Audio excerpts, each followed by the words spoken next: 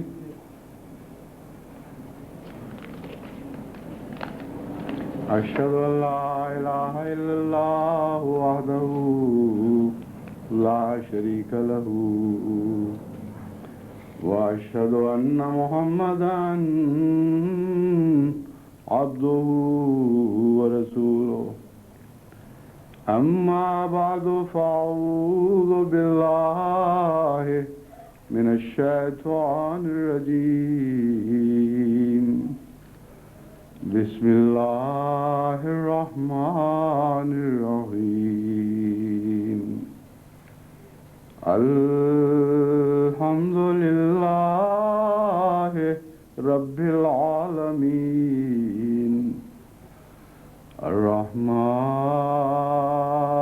الرحمن الرحيم مالك يوم الدين إياك نعبد وإياك نستعين اهدنا الصراط المستقيم صراط الذين أنعمت عليهم غير المغضوب عليهم ولا الضالين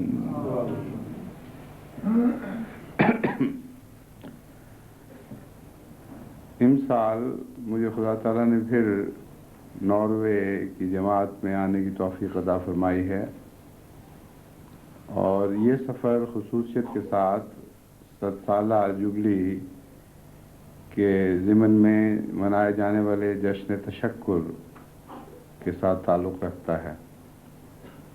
اس سال مجھے خدا تعالیٰ کے فضل اور رحم کے ساتھ دنیا بھر کی بہت سی جماعتوں کے دورے کی توفیق عطا ہوئی، اور ہر جگہ میں نے جماعت کے اندر ایک نیا ولولہ اور ایک نئی زندگی پائی، اور صرف جماعت ہی کے اندر نہیں بلکہ ارد گرد ماحول پہ بھی خدا تعالیٰ کے فرشتوں نے جماعت کی حق میں میلان پیدا فرمائے، اور اس کے نتیجے میں کوئی ایسا سفر کسی ایک ملک کا بھی نہیں جس کے متعلق میں کامل یقین کے ساتھ یہ کہہ نہ سکوں کہ خدا تعالیٰ کے فرشتوں نے جماعت ہی کے اندر نہیں بلکہ جماعت کے باہر بھی تائید کی ہوائیں چلائی تھیں، اور میں امید رکھتا ہوں کہ یہی حال اس ناروے کے دورے کا بھی ہوگا، اور میں امید رکھتا ہوں کہ اس سفر کے بھی انشاءاللہ بہت ہی عمدہ اور دیر پا نتائج ظاہر ہوں گے۔ گزشتہ ممالک میں جہاں جہاں بھی سفر کی توفیق ملی،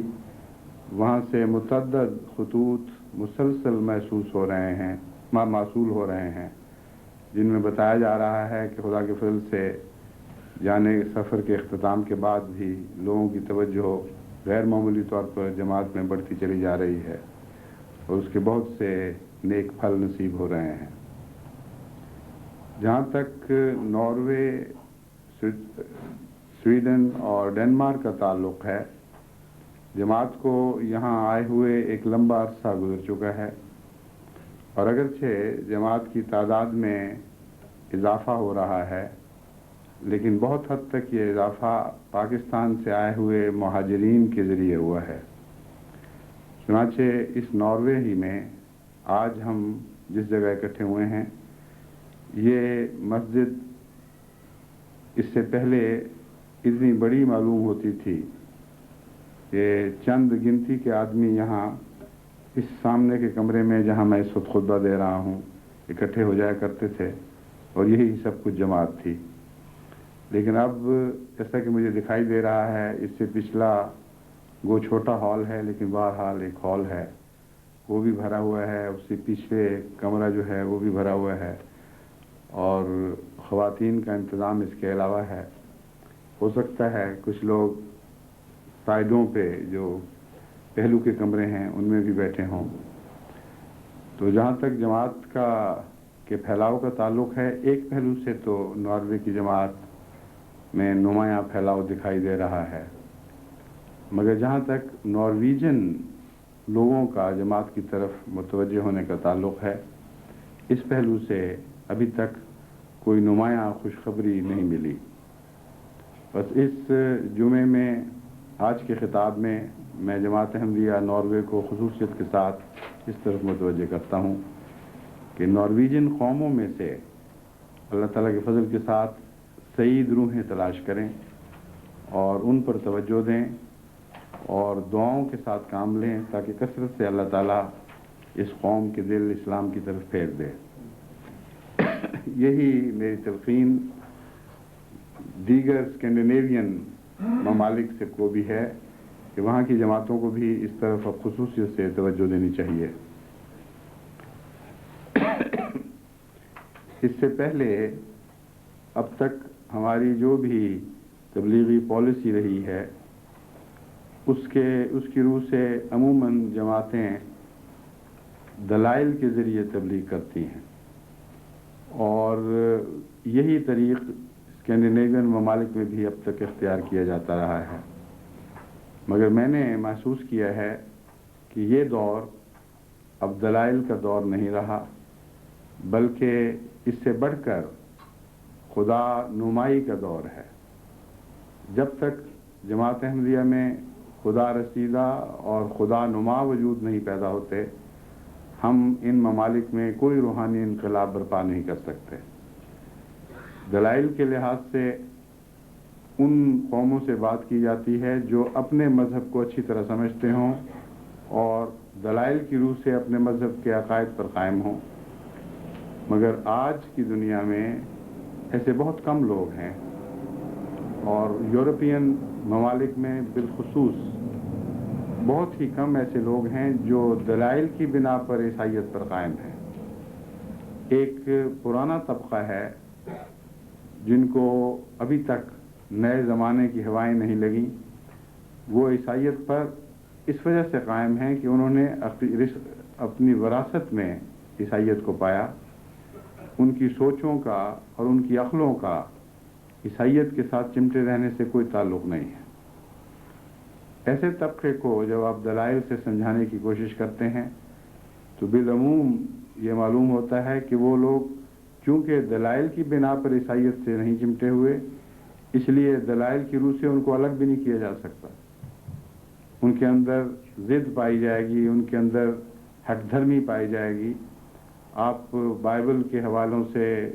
عہد نامہ قدیم کے حوالوں سے، عہد نامہ جدید کے حوالوں سے، عقل کے حوالوں سے ان کو سمجھانے کی کوشش کریں تو بات سمجھنے کے باوجود بھی وہ ہٹ دھرمی دکھاتے ہیں، اور اکثر وہی طبقہ اس وقت عیسائیت پر مضبوطی سے قائم ہے جو عقل کو رخصت دے کر ایک ضد کے طور پر ایک مذہب کو اپنائے ہوئے ہے، اور ان کو اس سے کوئی دلچسپی نہیں ہے کہ دلائل اس مذہب کی موجودہ شکل کو سچا دکھلاتے ہیں یا نہیں دکھلاتے۔ بس ایسے لوگوں سے تو دلائل کی بات ہو نہیں سکتی۔ وہ لوگ جو اس وقت بھاری اکثریت میں ہیں، یعنی یورپ کا نوجوان طبقہ، خصوصیت کے ساتھ اسکینڈینیویا میں نوجوان ہی نہیں بلکہ بڑی عمر کے بھی بہت سے لوگ ایسے ہیں جو عیسائیت کے قائل ہی نہیں رہے، کسی مذہب کے بھی قائل نہیں رہے۔ خدا کی ہستی پر اگر ایمان ہے تو ایک سرسری سا دور کا ایمان ہے، ورنہ عملاً یہ ایک دہریت کی زندگی بسر کرنے والے لوگ ہیں۔ ان قوموں میں، ان حالات میں آپ عیسائیت کے خلاف یا عیسائیت کی صحیح تصویر دکھانے کے لیے سچی عیسائیت کے حق میں کیا دلائل دیں گے؟ جو بھی آپ دلائل دیں گے وہ ان کی سمجھ یا دلچسپیوں سے بالاتر ہیں۔ وہ سمجھیں گے کہ آپ پتہ نہیں کس زمانے کی باتیں کر رہے ہیں، اب تو دور بدل چکا ہے، ہم لوگ نئے میدانوں میں نکل آئے ہیں، نئی دلچسپیوں کی تلاش میں ہیں، ہمیں ان باتوں میں کوئی دلچسپی نہیں کہ عیسائیت کیا تھی، کیا ہے، کیا ہونی چاہیے۔ بس اس پہلو سے آپ کے دلائل اکثر و بیشتر ایسے کانوں میں پڑتے ہیں جن کو ان باتوں میں بنیادی طور پر کوئی دلچسپی نہیں۔ ابھی ناروے میں داخل ہوتے ہی رات کو جو کچھ دوست غیر از اسلام ملنے کے لیے تشریف لائے تھے، ان کے متعلق مجھے یہ بتایا گیا کہ ان کو اسلام میں یا احمدیت کے اسلامی نقطہ نظر میں دلچسپی ہے۔ ایک دو باتوں میں ہی مجھے اندازہ ہوا کہ یہ بات درست نہیں ہے، چنانچہ میں نے ان سے کہا کہ مجھے معلوم ہوتا ہے کہ آپ کو مذہب میں کوئی دلچسپی نہیں، آپ کو ان لوگوں میں دلچسپی تھی جو آپ کے ہاں آ کر آباد ہوئے، اور آپ ان سے جو سوال کرتے ہیں وہ محض ایک تجسس کے طور پر کرتے ہیں کہ پتہ تو چلے کہ تم لوگ کیا ہو اور کیا سوچتے ہو اور کیا تمہارے عقائد ہیں، اس سے زیادہ آپ کو دلچسپی نہیں۔ انہوں نے ہنس کے کہا کہ ہاں بالکل یہی بات ہے، یہ بھولے آدمی ہمارے سمجھتے ہیں کہ ہمیں ان کے دین میں دلچسپی ہے، ہمیں کوئی دلچسپی نہیں، ہمیں صرف تجسس میں ہے، اپنے تجسس کی بنا پر ہے کہ پتہ کریں کہ یہ نئے نئے قسم کے لوگ جو باہر سے آ رہے ہیں ان کا اسلام کیا ہے، اور جو قدیم مسلمان جن کے متعلق ہمارے علماء نے ہمیں بتایا ہوا ہے کس قسم کا اسلام کا تصور رکھتے ہیں، ان سے اور ان میں فرق کیا ہے، یہ بھی خمینی کی مزاج رکھتے ہیں یا اسی قسم کے بعض دیگر مسلمان سیاسی رہنماؤں والے عقائد رکھتے ہیں، یا کچھ فرق ہے؟ بس یہ دلچسپی ہے کہ یہ معلوم کریں یہ کس کیسے لوگ ہیں۔ لیکن جب یہ بات کھولنے کے بعد میں نے انہیں احمدیت کے متعلق کچھ وہ باتیں بتائیں جن کا خدا کی ہستی اور مذہبی تاریخ سے گہرا تعلق ہے، تو اچانک ان کے اندر ایک دلچسپی پیدا ہوئی اور بالآخر بہت ہی نمایاں طور پر انہوں نے اس بات کا اظہار کیا کہ یہ جو باتیں آپ نے بتائی ہیں اس میں ہمیں دلچسپی ہے۔ بس امر واقعہ یہی ہے کہ اس وقت مغربی دنیا کو تبدیل کرنے کے لیے دلائل کی ضرورت نہیں ہے، بلکہ خود ایک دلیل بننے کی ضرورت ہے، خود خدا نما ہونے کی ضرورت ہے۔ آپ کے اندر الہی صفات پائی جانی چاہیے، آپ کے اندر وہ قوت پیدا ہونی چاہیے جو خدا سے تعلق کے نتیجے میں پیدا ہوتی ہے، جس کے نتیجے میں خدا تعالیٰ کے فضل اور رحم کے ساتھ انسان کے اندر تبدیلی پیدا کرنے کی صلاحیتیں پیدا ہو جاتی ہیں۔ ان میں سے ہر ایک کے اپنے مسائل ہیں، ان میں سے کبھی کسی نے سوچا بھی نہیں ہوگا کہ دعا ایک طاقت ہے اور دعاؤں کے ذریعے مسائل حل ہو سکتے ہیں۔ ان کے اندر جستجو ہے اچھی انسانیت کی، ان کو یہ علم نہیں کہ اچھی انسانیت مذہب سے عطا ہوتی ہے، بلکہ اس کے برعکس یہ سمجھتے ہیں کہ مذہب انسانیت کے برے نمونے پیش کرتا ہے۔ ایسے ایک لمبے دور سے یہ خود گزرے ہوئے ہیں جہاں عیسائیت کے رہنماؤں نے ان کے سامنے بد اثرات چھوڑے، اور جس طرح ہمارے ملک میں ملاؤں کے خلاف مذاق ہوتے ہیں، ان کے متعلق دلچسپ قصے سنائے جاتے ہیں، ان کی منافقت کے بارے میں لطائف بیان کیے جاتے ہیں، اس طرح ایک ایسا دور تھا جب عیسائیت کے رہنماؤں کے متعلق بھی یہی باتیں ہوتی تھیں، اور بہت سے لطائف مشہور تھے کہ یہ ہمارے مذہبی رہنما ہیں، یہ ان کے اخلاق ہیں، یہ ان کے کردار ہیں۔ پھر ان کے تعصبات، ان کی تنگ نظری، ان کی سخت مزاجی، ان سب باتوں نے مل کر اہل مغرب کو رفتہ رفتہ مذہب سے دور کرنا شروع کیا۔ بس ان کے ہاں جو مذہب کا تصور ہے وہ انسانیت کے مقابل پر ہے۔ یہ سمجھتے ہیں انسانیت اور انسانی قدریں ایک چیز ہیں، اور مذہب اور مذہبی قدریں اس کے مد مقابل پر دوسری چیز ہیں، اور جتنا انسان مذہبی ہوتا چلا جائے اتنا اس کا کردار اجنبی اور کھوکھلا ہوتا چلا جاتا ہے، مصنوعی ہوتا چلا جاتا ہے، اور اس میں کوئی ایسی خوبصورت کشش نہیں پائی جاتی جس کے ذریعے انسان اس سے متاثر ہوں۔ تو دراصل عام انسانی قدروں کی طرف بڑھنے کے نتیجے میں یہ مذہب کے اس تصور سے دور ہوتے چلے گئے جو انسانی قدروں کے مد مقابل کھڑا تھا، اور اس میں مذہبی رہنماؤں کے کردار کا ایک بہت بڑا دخل تھا۔ اس پہلو سے اس تجزیہ کو پیش نظر رکھتے ہوئے آپ کو مذہب کو اس رنگ میں یہاں پیش کرنا ہوگا کہ اعلیٰ اخلاقی اقدار مذہب کے ساتھ وابستہ دکھائی دیں، ان کو معلوم ہو کہ مذہب سے مراد نہایت اعلیٰ درجہ کے انسانی اخلاق اور ضابطہ حیات ہے جو انسان کی زندگی بدل دیتا ہے، جس کے نتیجے میں انسان ایک بہتر انسان کے طور پر دنیا میں ابھرتا ہے۔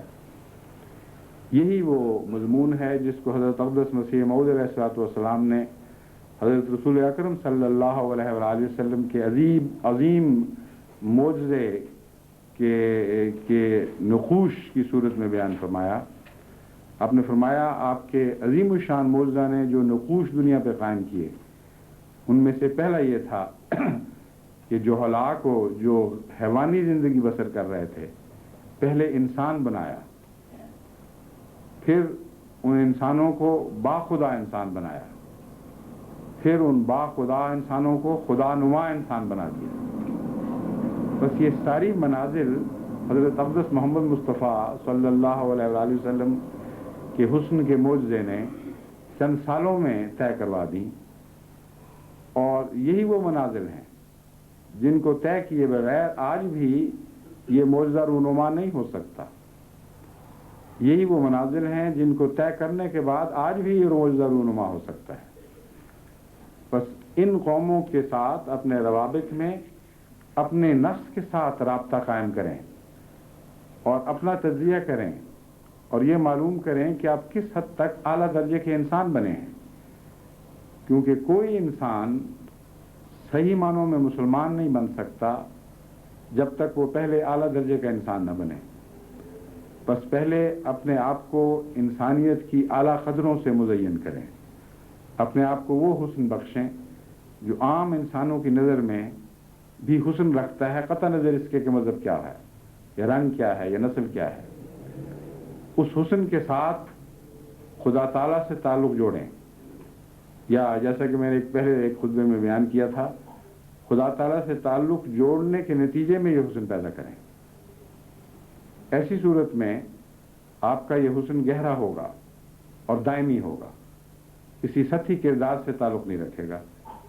ایسی صورت میں اللہ تعالیٰ آپ کی نصرت فرمائے گا، آپ کی مدد کرے گا، اور آپ جوں جوں با خدا بننے شروع ہو جائیں گے، خدائی تقدیر آپ کو خدا نما بنانا شروع کر دے گی۔ خدا نمائی کی منزل با خدا بننے کے بعد آیا کرتی ہے۔ خدا نمائی کی منزل میں پھر اعجاز شامل ہو جاتا ہے، دعاؤں کی قبولیت شامل ہو جاتی ہے، اور اس کے نتیجے میں اللہ تعالیٰ کے فضل سے غیر معمولی روحانی عظیم الشان تبدیلیاں پیدا ہوتی ہیں۔ آج ہی جب میں سفر آ رہا تھا تو سفر کے دوران ڈاک دیکھنے کی توفیق ملی جو کل لندن سے پہنچی تھی۔ ساری ڈاک تو ناممکن تھا دیکھنا، مگر جس حد تک مجھے موقع ملا میں نے دیکھا، اس میں ایک بہت ہی دلچسپ خطوط ملے ہیں مختلف ممالک سے۔ ان میں ایک خط ایک قوم، بڑی قوم کے سربراہ سے متعلق تھا۔ وہ جماعت احمدیہ سے آشنا تو تھے مگر کسی قسم کا کوئی تعلق نہیں تھا، اور لیکن وہ ایک بہت بڑی مضبوط قوم کے سربراہ ہیں۔ ان کی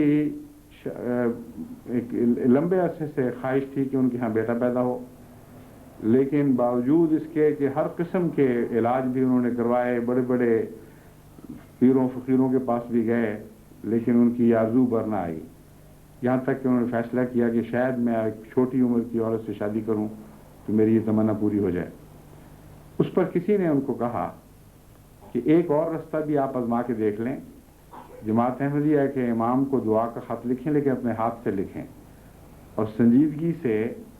پورے خلوص کے ساتھ لکھیں کہ میں نے سنا ہے آپ کی دعائیں قبول ہوتی ہیں، اس لیے آپ میرے لیے دعا کریں کہ اللہ تعالیٰ ایک بیٹا عطا فرمائے، اور ایسی صورت میں یہ عہد کرتا ہوں کہ ہمیشہ جماعت احمدیہ کے لیے اپنے دل میں ایک محبت کا گوشہ رکھوں گا۔ یہ تو نہیں کہا کہ میں ایمان لے آؤں گا، لیکن یہ کہ میں بہت ہی تعلق اور خدمت کا تعلق رکھوں گا۔ انہوں نے جو خط کے ذریعے جو مجھے اطلاع دی وہ ایک حیرت انگیز ہے۔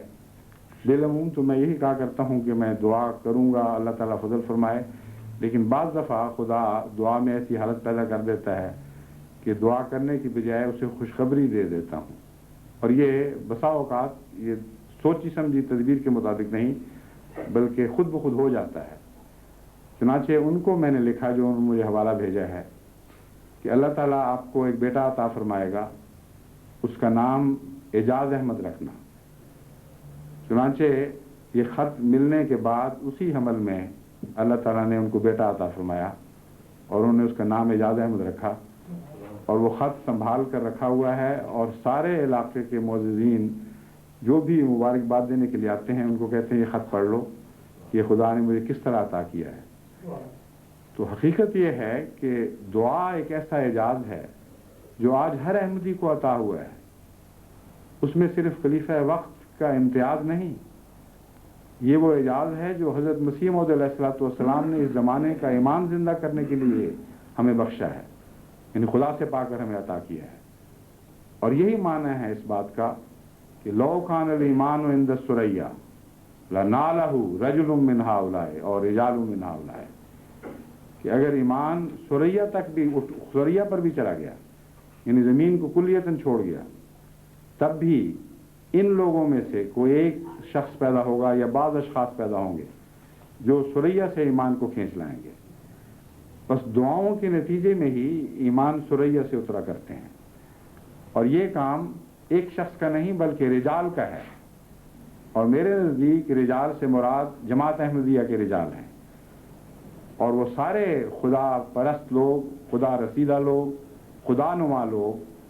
جو حضرت مسیح موعود علیہ الصلوۃ والسلام سے تعلق باندھتے ہیں اور سچا اخلاص کا تعلق باندھتے ہیں، اللہ تعالیٰ ان کو یہ اعزاز عطا کرتا ہے کہ ان کی دعائیں مقبول ہوتی ہیں، اور اپنے فضل کے ساتھ ان دعاؤں کے طفیل وہ دنیا میں آسمان پر گئے ہوئے ایمان کو واپس کھینچ لاتے ہیں۔ بس ان قوموں کو آپ کی دعاؤں کی ضرورت ہے، صرف بحث و تمہیز کی ضرورت نہیں ہے۔ اور دعاؤں کی ضرورت کا مراد یہ مراد نہیں کہ اپنے ہونٹوں سے سرسری دعائیں کریں یا الگ بیٹھ کے دعائیں کریں، خواہ دل کی گہرائی سے دعائیں ہوں، بلکہ وہ دعائیں کریں جن کا میں نے ذکر کیا ہے، جو قبولیت خدا کے پائے قبولیت میں جگہ پاتی ہیں، جن کو خدا تعالیٰ نشان بنا دیا کرتا ہے۔ ایسی دعائیں ان قوموں کے حالات بدل سکتی ہیں، اس کے بغیر نہیں۔ چنانچہ اس مضمون پر غور کرتے ہوئے مجھے خیال آیا کہ حضرت اقدس محمد مصطفیٰ صلی اللہ علیہ وآلہ وسلم نے جو آئندہ زمانے کے حالات بیان فرماتے ہوئے یہ پیشگوئی فرمائی کہ مسیح نازل ہوگا، اس کے ساتھ ہی ایک حدیث میں جو تفصیلی ہے اور مسلم میں بھی ہے اور سنن ابی داؤد میں بھی ہے، اس میں یہ ذکر ملتا ہے کہ اللہ تعالیٰ مسیح پر وحی نازل فرمائے گا، اور یہی وہ حدیث ہے جس میں 4 دفعہ آنے والے مسیح کو نبی اللہ فرمایا گیا۔ اس پر وحی نازل فرمائے گا اور اس سے کہے گا کہ اس زمانے میں ہم نے 2 ایسی طاقتور قومیں نکالی ہیں جن سے مقابلہ کرنے کی کسی انسان کو طاقت نہیں، کسی انسان کی مجال نہیں کہ ان قوموں سے مقابلہ کر سکے، بس تم بھی دنیاوی ہتھیاروں سے ان قوموں کا مقابلہ نہیں کر سکتے۔ اور وہ 2 قومیں جیسا کہ آپ جانتے ہیں، ساری دنیا جانتی ہے، مشرق و مغرب کے بلاکس ہیں۔ ایک کیپٹلسٹ بلاک ہے اور ایک سوشلسٹ بلاک ہے، اور اس میں کوئی شک نہیں کہ دنیا کی کسی طاقت میں، کسی انسان میں طاقت نہیں کہ ان دونوں عظیم طاقتوں کا دنیاوی ہتھیاروں سے مقابلہ کر سکے۔ پھر اس کے بعد فرمایا، یعنی خدا تعالیٰ فرمائے گا حضرت مسیح سے، حضرت صلی اللہ علیہ وسلم کے ارشاد کے مطابق، کہ اس لیے تم پہاڑ کی طرف ہٹ جاؤ، پہاڑ سے کے دامن میں پناہ لو اور دعا کرو، دعا کے نتیجے میں اللہ تعالیٰ ان قوموں کو پگھلا دے گا اور اسلام کو فتح نصیب کرے گا۔ مجھے پہلے کئی دفعہ یہ خیال آیا کرتا تھا کہ یہاں کسی اور جہاد کا ذکر نہیں، استدلال کا ذکر نہیں، دلائل کے ذریعے اور لٹریچر کے ذریعے ان کو فتح کرنے کا ذکر نہیں، صرف دعا کا کیوں ذکر ہے؟ پھر لمبے تجربے کے بعد مجھے یہ مفہوم سمجھ آیا کہ یہ لٹریچر، یہ تبلیغی کوششیں، یہ ساری اگر مقبول دعاؤں کے بغیر ہوں تو ان کی کوئی بھی قیمت نہیں ہے۔ آپ لاکھ لٹریچر شائع کر لیں، ان پر کوڑی کا بھی اثر نہیں پڑے گا۔ لیکن اگر یہ روحانی لوگ دیکھیں گے، اگر یہ خدا سے تعلق والے لوگوں کا خود مشاہدہ کریں گے، دعائیں کرنے والے لوگ دیکھیں گے، تو پھر یقیناً ان کے حالات بدل جائیں گے اور یہ اللہ تعالیٰ کے فضل سے بڑی سنجیدگی کے ساتھ اسلام کی طرف متوجہ ہوں گے۔ اس لیے یہ نقطہ جو میں نے آج آپ کو بتایا ہے، یہ اپنے آقا و مولا حضرت اقدس محمد مصطفیٰ صلی اللہ علیہ وآلہ وسلم کا بیان فرمودہ نقطہ ہے، اور یہ وہ نقطہ ہے جو آپ کے بیان کے مطابق خود خدا تعالیٰ مسیح موت کو سمجھائے گا، اور خود خدا تعالیٰ نے مسیح موت کو سمجھایا۔ بس یہ وہ ہتھیار ہے جس کو آج آپ کو سب سے زیادہ اہمیت دینے کی ضرورت ہے، اور یہ ہتھیار ہر شخص کے قبضہ قدرت میں ہے اگر وہ اسے لینا چاہے، اپنانا چاہے، اور اگر نہ اپنانا چاہے تو کسی کے ہاتھ میں نہیں آ سکتا۔ اس لیے آپ بڑی سنجیدگی کے ساتھ اس نئے نسخے کو آزمائیں، اپنے اندر پاک تبدیلی پیدا کریں اور خود خدا نما بن جائیں، ایسی دعائیں کریں کہ جو خدا کے حضور قبولیت کی جگہ پائیں، اور اس کے نتیجے میں آپ کے گرد و پیش ماحول میں لوگ محسوس کرنے لگیں کہ ہمارے اندر ایک خدا رسیدہ انسان آ گیا ہے، اور آپ کی دعاؤں کی برکت کے کرشمے وہ دیکھیں، اور ان کے ماحول میں جو پاک تبدیلیاں آپ کی دعاؤں کے نتیجے میں ہوں وہ انہیں مجبور کر دیں کہ وہ رستہ اختیار کر لیں جس رستے پر خدا ملتا ہے اور جس کا مشاہدہ وہ خود اپنی آنکھوں سے کر چکے ہوں۔ بس یہ وہ ایک طریق ہے جو میں سمجھتا ہوں کہ لازماً کامیاب ہوگا۔ اس کے ناکام ہونے کا کوئی سوال پیدا نہیں ہوتا۔ یہی وہ طریق ہے جو پہلے بھی کامیاب ہوا تھا، اور یہی وہ طریق ہے جو دوبارہ اس زمانے میں حضرت مسیح موعود علیہ السلام کو سمجھایا گیا، اور یہی وہ طریق ہے جس کی طرف آج میں آپ کو متوجہ کرتا ہوں۔ سارے اسکینڈینیویا کی مذہب سے عدم دلچسپی کا ایک ہی علاج ہے کہ یہاں آئے ہوئے احمدی باخدا انسان بن جائیں اور پھر خدا نما بن جائیں۔ اللہ تعالیٰ ہمیں اس کی توفیق عطا فرمائے۔ اس کے بعد ایک اصلاحی ایک معلومات کی اصلاح کرنی ہے، جو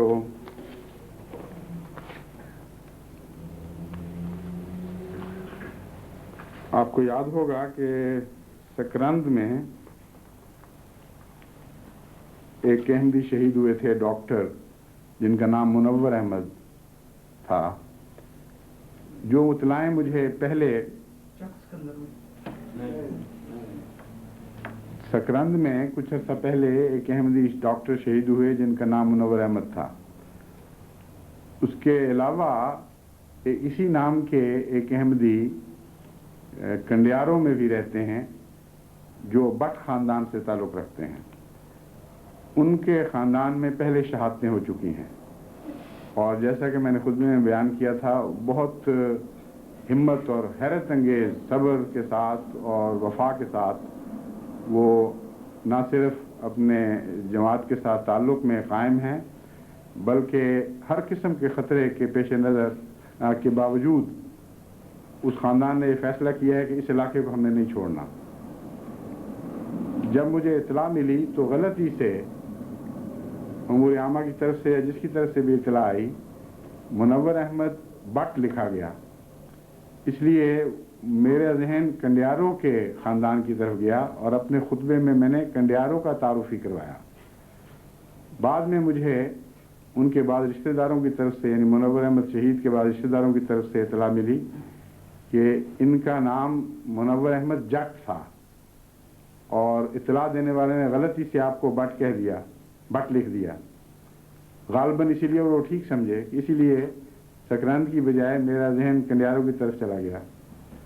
تو یہ جو منور احمد شہید ہیں، یہ منور احمد جٹ کہلاتے تھے، جاٹ خاندان سے تعلق تھا اور سکرند کے رہنے والے تھے۔ یہ جماعتوں میں جہاں جہاں میرے خطبے کی وجہ سے غلط فہمی ہوئی ہے وہ اس کو درست کر لیں۔